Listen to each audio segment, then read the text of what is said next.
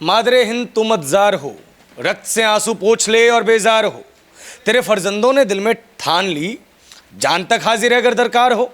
हाय हम सब यूं खड़े देखा करे और तू रुसवा सरे बाजार हो। हर्फ हम उस दिन को जीवित क्यों रहे, तू जान मांगे और हमें इनकार हो।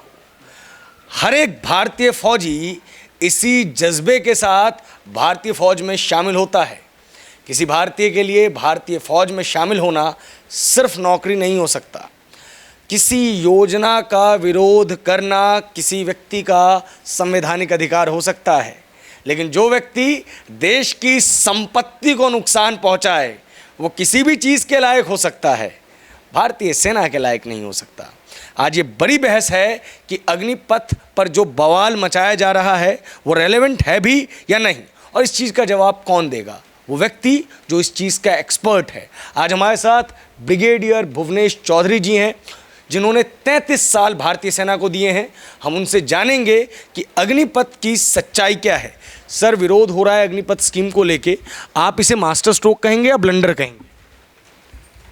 अग्निपथ को मैं दूसरा नाम दूंगा। अग्निपथ एक क्रांति पथ है, भारत की सुरक्षा की क्रांति, भारत की समृद्धि की क्रांति, भारत के युवा नेतृत्व की क्रांति। 4 साल जो युवक एक ग्रामीण परिवेश से, गरीब परिवार से उठकर फौज में जाएगा, आर्मी और नेवी एयरफोर्स की सेवा में ट्रेनिंग करेगा और उसमें जो स्किल हासिल करेगा, जो डिसिप्लिन वो सीखेगा, उस डिसिप्लिन को सीखने के बाद, उस स्किल को हासिल करने के बाद वो समाज का बहुत ही एक ऐसा नागरिक बनकर निकलेगा जिसको लोग हाथों हाथ लेंगे। उसको न केवल हाथों हाथ लेंगे बल्कि वो समाज के लिए बहुत ही लाभकारी होगा। देश प्रेम का जज्बा होगा उसके अंदर, उसके अंदर एक बहुत बड़ी काम करने की शक्ति होगी, उत्साह होगा, क्योंकि उसके पास साधन होंगे। साधन फौज देगी उसको। मनी इज़ वेरी इंपॉर्टेंट, वो मिलेगा उसको।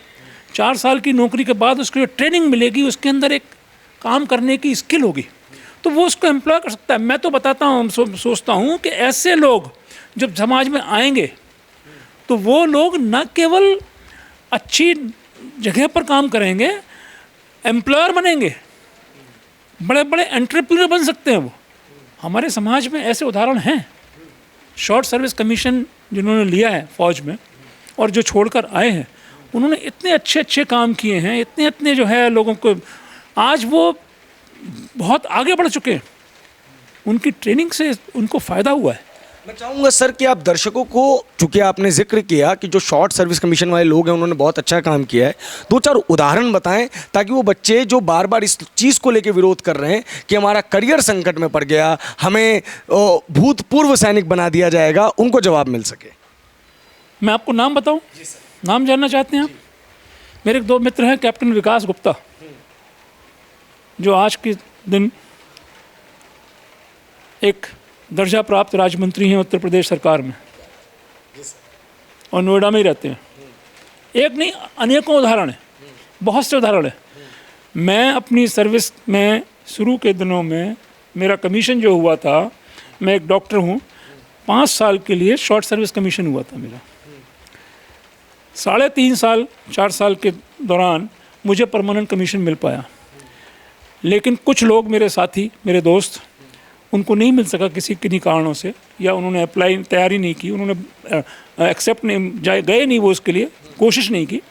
उन्होंने सिविल में आके आज की तारीख में बहुत बहुत अच्छा कर रहे हैं। मेरे एक दोस्त हैं doctor Ajay Agrawal, as a major जो है वो फौज से आए, आज एनेस्थेटिस्ट हैं, बहुत अच्छा कर रहे हैं। बहुत से लोग हैं ऐसे समाज में, अगर मैं गिनने बैठूंगा तो, अगर आप कहेंगे तो मैं आपको पूरी लिस्ट भेज दूंगा ऐसे लोगों की, जो शॉर्ट सर्विस कमीशन के बाद, न केवल शॉर्ट सर्विस कमीशन के बाद, हमारे जवान और जेसीओज भी जो प्रीमेच्योर लेकर आते हैं, बहुत से लोग ऐसे हैं जिन्होंने बहुत बहुत अच्छा कर रहे हैं।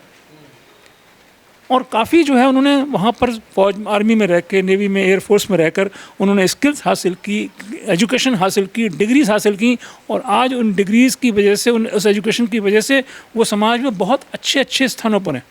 हमारे अग्निवीरों के लिए एक ये सुनहरा अवसर है कि फ़ौज की ट्रेनिंग में, डिसिप्लिन में रहकर डिसिप्लिन में ट्रेनिंग करें और उसका फ़ायदा उठाएं, वहाँ पर सब सुविधाओं का लाभ लें और उसके साथ साथ जो है वो एक स्किल हासिल करके समाज का एक लाभकारी अंग बने। इसके साथ साथ फ़ौज की सभी सुविधाएं और सभी सुरक्षाएं, जैसा कि इंश्योरेंस है और बाकी जो हैं डिसेबिलिटी पेंशन है, सभी कुछ उनको लागू होगा। जैसा कि सरकार ने बहुत कुछ घोषणाएं की हैं, आपका पूरा इसका फुल पेजेस के जो है वो सूचनाएं जो दी गई हैं, तो मैं समझता हूँ कि ये एक ऐसी क्रांतिकारी जो है वो योजना है जिसको हमारे युवाओं को स्वागत करना चाहिए। 17 से जो 21 साल की उम्र है उसके अंदर आमतौर पर युवक पढ़ाई करता रहता है। अग्निवीर के अंदर हमने ये चीज़ देखी है कि इग्नू से ग्रेजुएशन दी जाएगी, जस्ट लाइक जैसे एनडीए के अंदर भी ग्रेजुएशन दी जाती है। एक बड़ा सवाल ये है सर, पहले मैं स्टूडेंट हितों पे बात करूँगा आपसे, बाद में पॉलिटिकल एंगल्स पे आऊँगा। ये जो स्टूडेंट्स को ग्रेजुएशन की डिग्री मिलेगी, हम यूनिवर्सिटीज़ वगैरह के अंदर देखते हैं कि जो चांसलर्स हैं, प्रोफेसर्स हैं, वो आर्मी से रिटायर्ड कर्नल, ब्रिगेडियर, उनकी एक बहुत बड़ी फेयर लिस्ट होती है। इन बच्चों को इस ट्रेनिंग का क्या लाभ मिलेगा जिससे ये बच्चे जीवन में बहुत बढ़िया कर पाएंगे? आप एक चीज़ सोचिए, एक है डिग्री, सिंपल डिग्री, और एक है डिग्री के साथ वो स्किल, वो ट्रेनिंग आर्मी की जो चैलेंज को फेस करने के लिए तैयार करती है। आर्मी के अंदर जो चैलेंजेस होते हैं, जो कठिनाइयाँ झेलते हैं हमारे फौजी भाई, हम सब जो है हमने देखा है यंग एज में कि किस किस हम लोग हर टेरेन में जाकर सर्विस करते हैं, हर क्षेत्र में जाकर सर्विस करते हैं, हर मौसम में हम जो है 50 डिग्री के मौसम में भी हमारा फौजी जो है रेगिस्तान की जो धूल में खड़ा होता है, रेत में, और वहाँ जो है अपना ड्यूटी करता है, दुश्मन के साथ सामने खड़ा होता है, उसकी गोलियों के सामने उसका मुकाबला करता है।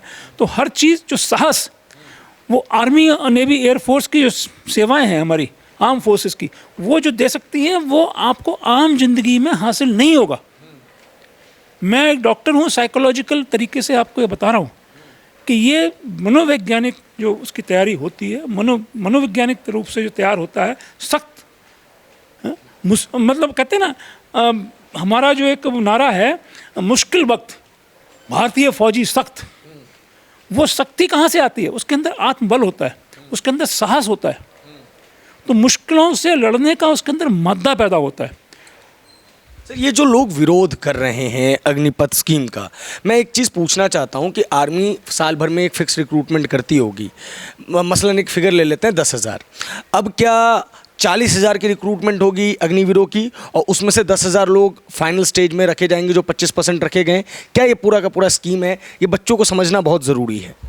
देखिए, इसके बारे में, स्कीम के बारे में बड़ा क्लियर तरीके से बताया हुआ है कि जो 56,000 पर ईयर जो रिक्रूटमेंट होगा, उसमें से 4 साल के बाद 25%, मतलब हर 4 में से एक जो है उसको सेलेक्ट किया जाएगा आगे सर्विस के लिए। बाकी जो 75% हैं उनका या तो लेटरलाइजेशन होगा सेंट्रल आर्म पुलिस फोर्सेस में, CAPF में, जैसे MHA ने डिक्लेयर किया हुआ है, काफ़ी राज्य सरकारों ने डिक्लेयर किया हुआ है, हमारे योगी जी ने, आदरणीय माननीय योगी जी ने वो भी परसों डिक्लेयर किया हुआ है, हरियाणा के मुख्यमंत्री जी ने भी घोषणाएं की हैं।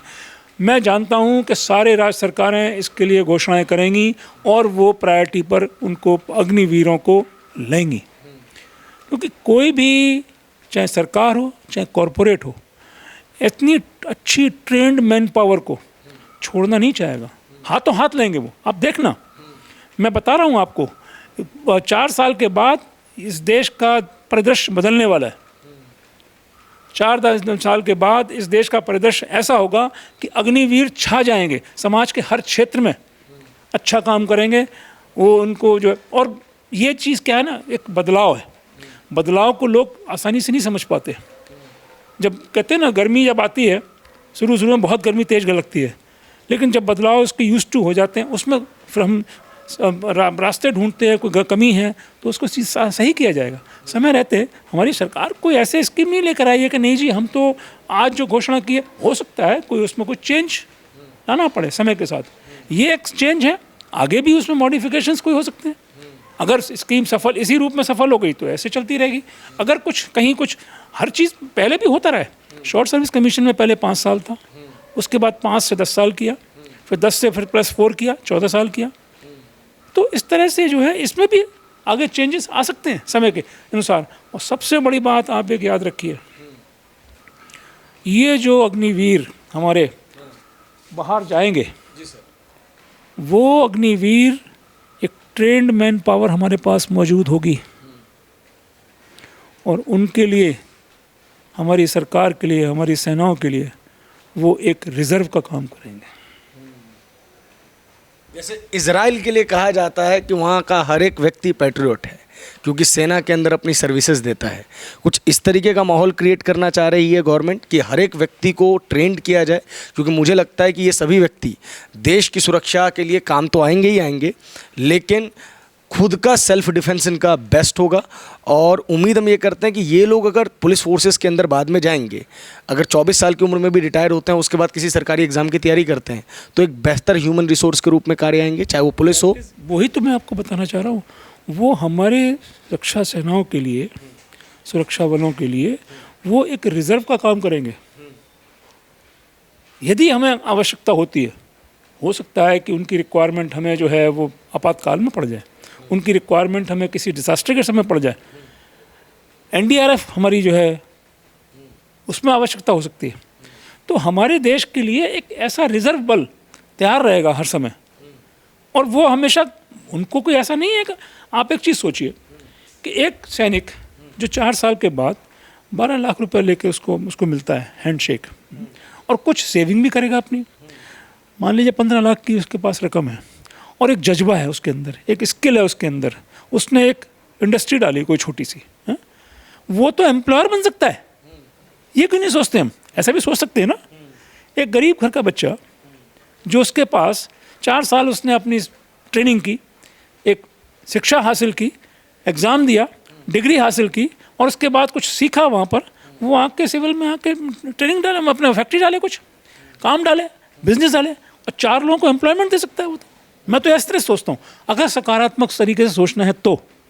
सर, अब ये जो आगजनी हो रही है, हिंसा कर रहे हैं, इनके ऊपर आप क्या कहेंगे? ये बहुत दुर्भाग्यपूर्ण है, और हमारे जो समाज के ठेकेदार हैं उनको सोचना पड़ेगा। देश रहेगा तो हम सब रहेंगे, और यदि हमारा देश नहीं रहेगा तो ना हम रहेंगे, ना हमारे समाज के ठेकेदार रहेंगे। सर, एक चीज़ और बहुत इंपॉर्टेंट है, अब मैं पॉलिटिकल एंगल पे आऊँगा। जो यूथ इसका विरोध कर रहे हैं, जो डिफरेंट आइडियोलॉजीज़ के हो सकते हैं, उनका कहना है 4 साल अग्निवीर, उसके बाद सिक्योरिटी वीर, ATM के बाहर लगा दिया जाएगा, मंदिरों के बाहर लगा दिया जाएगा। ये उनके विरोध प्रदर्शन करने का ये तरीका है। मैं इसे सेना का अपमान मानता हूँ। आपकी इस पर क्या प्रतिक्रिया है? यदि कोई अग्निवीर जो 4 साल के बाद आता है और उसने अपनी 4 साल के समय को सही तरीके से उसका प्रयोग किया है, उसने उस समय का सदुपयोग किया है, उसमें स्किल हासिल की है, तो मेरा दावा है कि अगले 5 साल के बाद इस देश के अंदर अग्निवीर छा जाएंगे। न केवल छा जाएंगे, बल्कि वो समाज के हर क्षेत्र में बेहतर प्रदर्शन करेंगे बाकी लोगों से। ये मेरा दावा है। मैंने आज फेसबुक पर यही पोस्ट लिखी है कि 5 साल के बाद ये मुझे पोस्ट दिखाई जाए कि वो जो है हमारे अग्निवीर कैसा कर रहे हैं। ज़रूरत है सकारात्मक सोच की, आवश्यकता है हमारे अग्निवीरों को जुटकर काम करने की और सीखने की। हमारी जो ट्रेनिंग प्रोग्राम हैं उनको भी मॉडिफाई किया जा रहा है उसी तरह से, और उनको जो है एक स्किल डेवलपमेंट प्रोग्राम उनके साथ लागू किया जाएगा। उनको न केवल उनके लिए, बाकी औरों के लिए भी, जो लोग स्किल सीखना चाहते हैं। बहुत सी स्किल्स हैं हमारी। स्किल इंडिया के अंतर्गत ये मैं समझता हूँ हमारी जो सरकार है इस प्रोग्राम को चलाएगी, और फिर जो है सिक्योरिटी वीर नहीं, वो देश के वीर बनेंगे। अग्निवीर देश के वीर बनेंगे।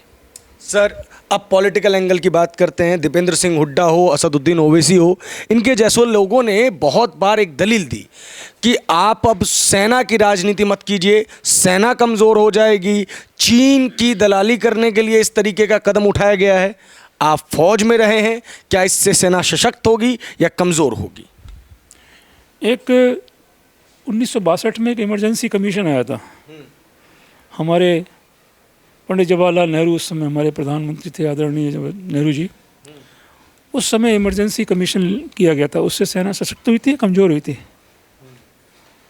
किसी भी स्कीम से, इस तरह की स्कीम जिससे हमारी ट्रेंड मैन पावर बढ़ती है और एक रिजर्व बनता है, सेना कमज़ोर नहीं होगी, सेना मजबूत होगी। क्यों मजबूत होगी? मैं इसको एक बार और बताता हूँ आपको।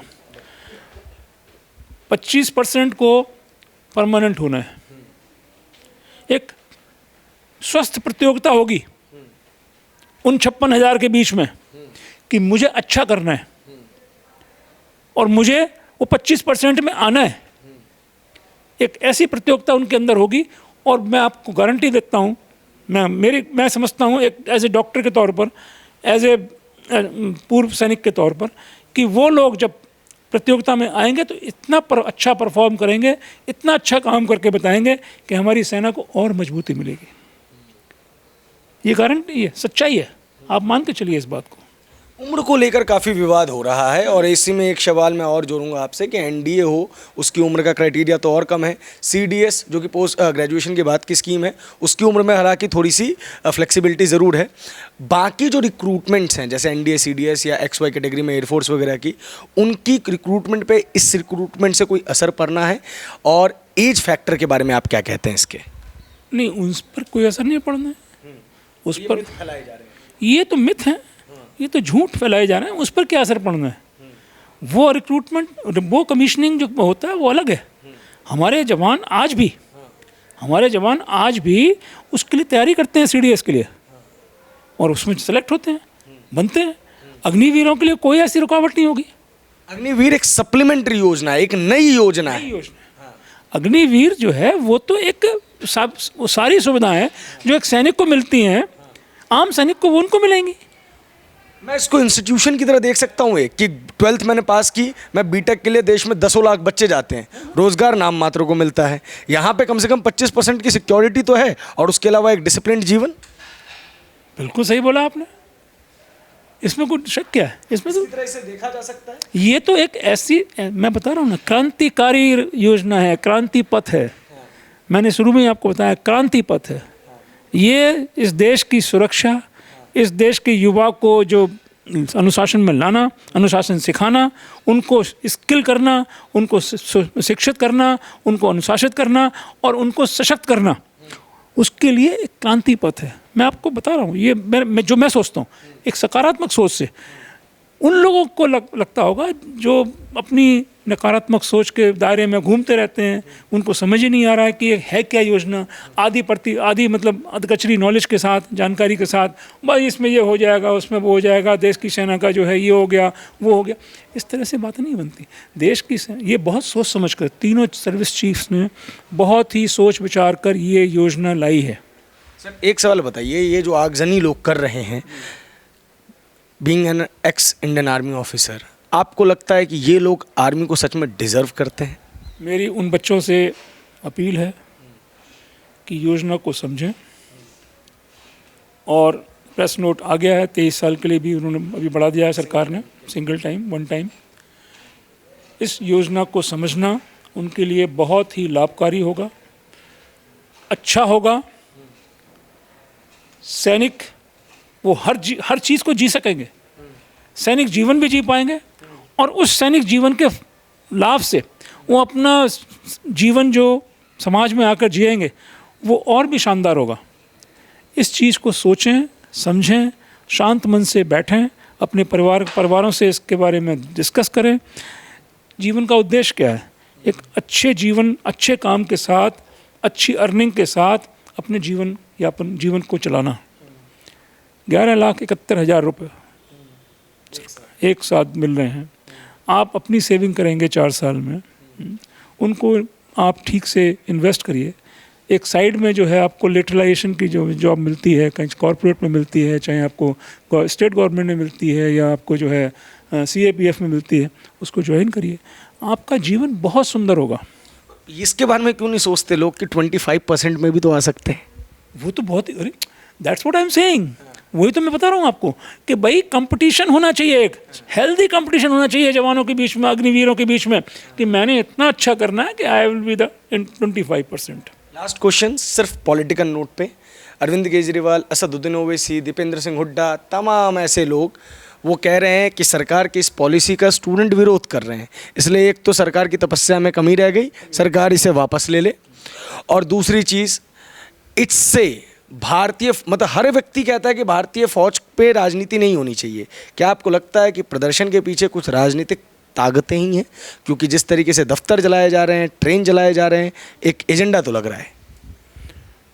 मैं आदरणीय मोदी जी के लिए अपने पूरी सम्मान देते हुए एक ही बात कह सकता हूँ कि उनके पिछले 8 सालों के कार्यकाल में जितनी भी योजनाएं आई हैं इस देश के अंदर, और वो जितनी भी उन्होंने काम किए हैं वो सभी क्रांतिकारी रहे हैं। कोरोना, चाइना को मुंह तोड़ जवाब, पाकिस्तान को दबा मतलब अच्छे से समझा कर रखना, और वैक्सीन 200 करोड़ के आसपास पहुंच रही है। ये सब इतने आसान काम नहीं थे। बाकी तो बहुत सारी योजनाएं जो उनकी हैं, स्किल इंडिया, आयुष्मान योजना, इतनी जो योजनाएं उन्होंने लागू की हैं इस देश में, शायद हम उनके राजनीतिक प्रतिनिधियों को वो नहीं पच पा रही हैं। वो शायद इन चीज़ों के बारे में नहीं सोच पाते, ऐसा करने के बारे में। उनको विशुद्ध राजनीति करनी होती है, उनको बरगलाना होता है, तो सोचते हैं बरगला कर शायद काम चल जाए। उनको वोट की राजनीति है इस देश में, ये तो चलते ही रहेगा। सेना को तो इससे दूर रखना चाहिए ना सर? कि अब सेना को भी इंक्लूड कर दिया है राजनीति के अंदर। जो लोग सड़क छाप गुंडा बोल सकते हैं, जो लोग सेनाध्यक्ष को, जो लोग सोना से सबूत मांग सकते हैं, बालाकोट के सेना से उसके जो है उड़ी के सबके सबूत मांग सकते हैं, उन लोगों के लिए तो ये छोटी मोटी बात है। तो इन लोगों का जो सेना के प्रति सम्मान है वो सिर्फ दिखावटी सम्मान है। जैसा आप समझ रहे हैं मैं समझता हूँ, शायद वही है, शायद वही है। स्टूडेंट से कोई अपील से उनको, स्टूडेंट से मेरे को एक ही बात कहना है, बच्चों अच्छे से सोचो, जीवन को आगे बढ़ाने के लिए, देश को आगे बढ़ाने के लिए क्या करना है, अपने जीवन को अच्छा बनाने के लिए वो करो। ये तोड़ फोड़ आगजनी से हासिल कुछ नहीं होने वाला। बहुत बहुत शुक्रिया सर हमसे बात करने के लिए। आप एक संदेश देना चाहते थे उन लोगों को, जिसमें मैंने माइक हटा लिया, वो दे भी दीजिए। किसके लिए? पॉलिटिशियंस के लिए। जब आप मैं पॉलिटिशियंस को क्या संदेश दूंगा? मैं एक छोटा सा एक पूर्व सैनिक हूँ। बस एक ही मेरी उनसे गुजारिश है, एक ही निवेदन है मेरा उनसे, हाथ जोड़कर प्रार्थना है, देश रहेगा तो हम रहेंगे, हम सब रहेंगे, आगे बढ़ेंगे, देश को आगे बढ़ाइए। यदि आपको कुछ अपने जो असहमति है उसको व्यक्त करना है, व्यक्त किया है। असहमति होती रहती है, हर योजना में कोई ना कोई ऐसी बात होती है जो हर आदमी, हमारा देश लोकतंत्र है और हमारा हेल्दी जो स्वस्थ लोकतंत्र में ये सब चीज़ें असहमति होती है। हमें इन चीज़ों से आपसी एक कंसेंसस बनाना चाहिए, एक सहमति बनानी चाहिए जिसमें सभी का भला हो। इस तरह के प्रदर्शन, इस तरह की जो है बातें, इनसे बचना चाहिए, देश को बचाना चाहिए। देश को बचाकर ही हम आगे बढ़ सकते हैं। बहुत बहुत शुक्रिया सर, बहुत बहुत धन्यवाद आपका हमें आपका कीमती समय देने के लिए। NDA CDS जैसी अन्य योजनाएं सभी लागू रहेंगी। ग्रेजुएशन की तरह आप इसे एक ट्रेनिंग प्रोग्राम रख सकते हैं। इस उम्र में सेना में जाना और वो सम्मान प्राप्त करना सबके हिस्से की बात नहीं होती। जो इस योजना के तहत आई है, इस योजना के इन पहलुओं के ऊपर भी चर्चा होनी चाहिए। और एक बहुत महत्वपूर्ण चीज़ है, IIT की 6 से 10 हज़ार सीट्स हैं, उसके लिए 10 लाख बच्चे कम्पीट करते हैं। बैठता IIT में सिर्फ वो है जो कि डिज़र्व करता है। तो क्या भारतीय सेना को ऐसे सैनिक चुनने की छूट नहीं मिलनी चाहिए? दुनिया बहुत एडवांस हो रही है, डिजिटलाइज हो रही है, तो ऐसे में हमारे सैन्यकर्मी भी उसी स्तर के होने आवश्यक हैं। क्या इस विषय पर चर्चा नहीं होनी चाहिए? अभी बहुत सारे सवाल हैं, हम बहुत सारे सवालों के जवाब ढूंढने के प्रयास कर रहे हैं। इस वीडियो पर आपकी जो भी प्रतिक्रिया है कमेंट बॉक्स में ज़रूर बताएं। कैमरे के पीछे हैं भानु, आप देख रहे हैं दराज धर्म।